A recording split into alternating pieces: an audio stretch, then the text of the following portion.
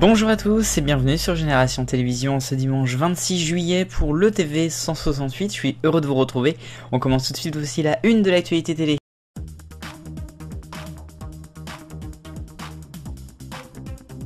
À la une du TV 168, on va parler de Canal+. J'avais juste eu le temps d'en faire une brève la semaine dernière. La chaîne va rester probablement sur le canal numéro 4 de la TNT française sur la fréquence. Il y avait un appel à candidature qui avait été déposé par le CSA, c'était juste avant le confinement et ça avait été allongé jusqu'au 10 juillet, en fait le même jour que les présidences de France Télévisions. Il y avait donc plusieurs groupes en France qui pouvaient candidater pour obtenir le canal numéro 4. Et bien le CSA a confirmé jeudi officiellement qu'il n'y avait eu qu'un seul candidat recevable et c'était Canal+, lui-même en personne. La chaîne avait quand même hésité à se représenter à cause notamment du peu d'audience qu'elle fait sur les petites pages en clair qu'elle a sur la fréquence numéro 4. Canal+ vit essentiellement de ses abonnements bien sûr. Et bien apparemment la chaîne va donc en tout cas se porter candidate et elle sera auditionnée publiquement on va dire sans doute à la fin de l'été, début de l'automne, puisque c'est au 5 décembre que sa fréquence, son contrat de fréquence s'arrête.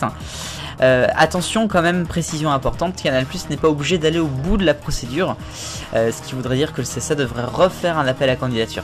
Enfin bon, je pense que là, on n'est quand même pas dans ce cas de figure, et je pense que Canal+ va rester pour 10 ans encore. Et on continue la une avec maintenant les auditions de France Télévisions et vous le savez sans doute déjà, Delphine Ernotte a été réélue présidente pour 5 ans jusqu'à août 2025. Elle avait été auditionnée par le CSA mardi à 14h15, une audition qui s'était plutôt bien passée. En fait c'était presque joué d'avance pour elle. Il y avait quand même quelques incertitudes, notamment avec quelques de ses candidats adverses, comme par exemple Christopher Baldelli. Mais bon, elle a été réélue, donc c'est parti pour 5 ans de plus. Le CSA a bien noté qu'elle devait continuer dans sa lancée, ce qu'elle a fait depuis 5 ans, et puis notamment aussi de continuer à un petit peu essayer de transformer France Télévisions avec Internet et avec pas mal d'autres gros dossiers importants. A noter que Delphine Ernotte, elle serait plutôt partisan pour garder France 4. C'est en tout cas ce que l'on devrait pouvoir voir dans les prochaines semaines. On reparlera de ce dossier dans quelques minutes. Voilà, donc France Télévisions va-t-elle changer vraiment? Je pense pas, dans les 5 prochaines années. Ça va apporter un peu de continuité puisque c'est quand même la première fois qu'une présidente ou qu'un président de France Télé est reconduit pour un second mandat. C'était pas arrivé depuis la création de la présidence commune.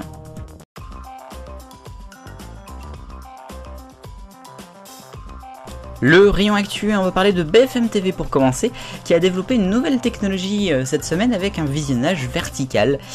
C'est développé avec la startup Wild Mocha et selon le communiqué, je cite, c'est une première mondiale. On peut donc regarder BFM TV à travers une appli et on peut choisir ou la 16/9 ou le format vertical. C'est une nouvelle technologie. Est-ce que ça marche ou pas? C'est à vous de juger. En tout cas, c'est le flux antenne, quasiment même le flux clean, je crois, qui est proposé.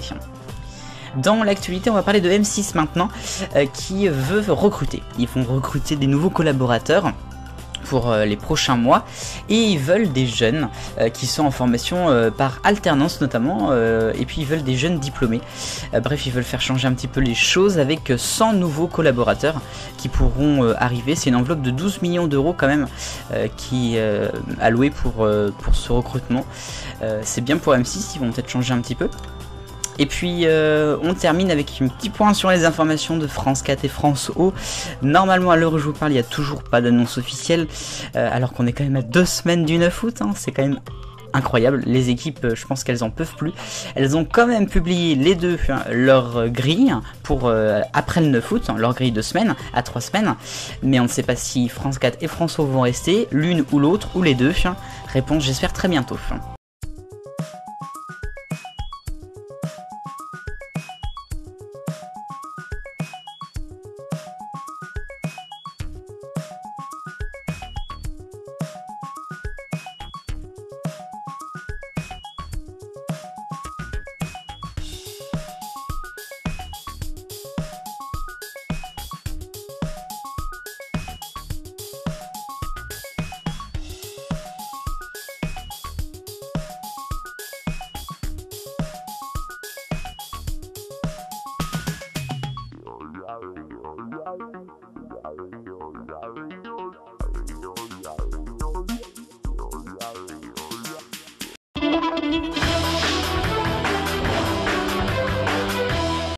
Mon point cette semaine, Emmanuel Macron à 20h, ça continue.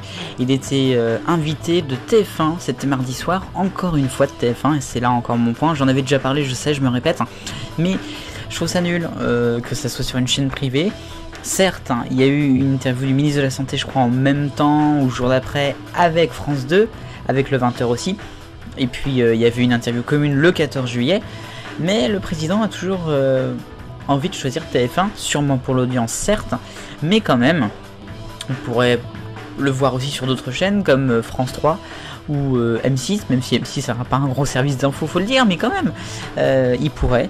Donc voilà, j'ai trouvé dommage qu'il soit encore allé sur TF1, c'est toujours à peu près la même chose, je crois qu'il était en visio en plus, donc bon, c'est pas ça va encore, mais bon, c'est encore pour le coup pour TF1, vive le service public.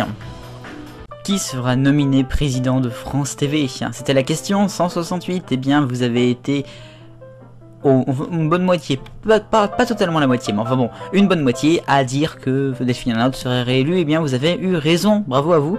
Le reste, eh bien, c'était pour Sandrine Roustran, Christophe Baldelli et Michel Goldstein. Merci d'avoir voté. Nouvelle question cette semaine, est-ce que vous êtes content que Canal+ reste sur la TNT? Probablement. Vous pouvez voter, le lien est dans la description, comme tous les dimanches. Merci à vous.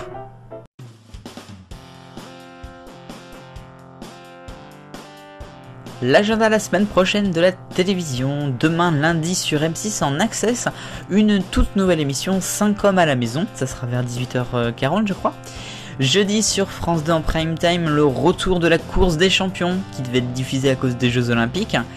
Et puis samedi sur TF1, la chaîne nous proposera un nouveau prime time de Qui veut gagner des millions en inédit s'il vous plaît.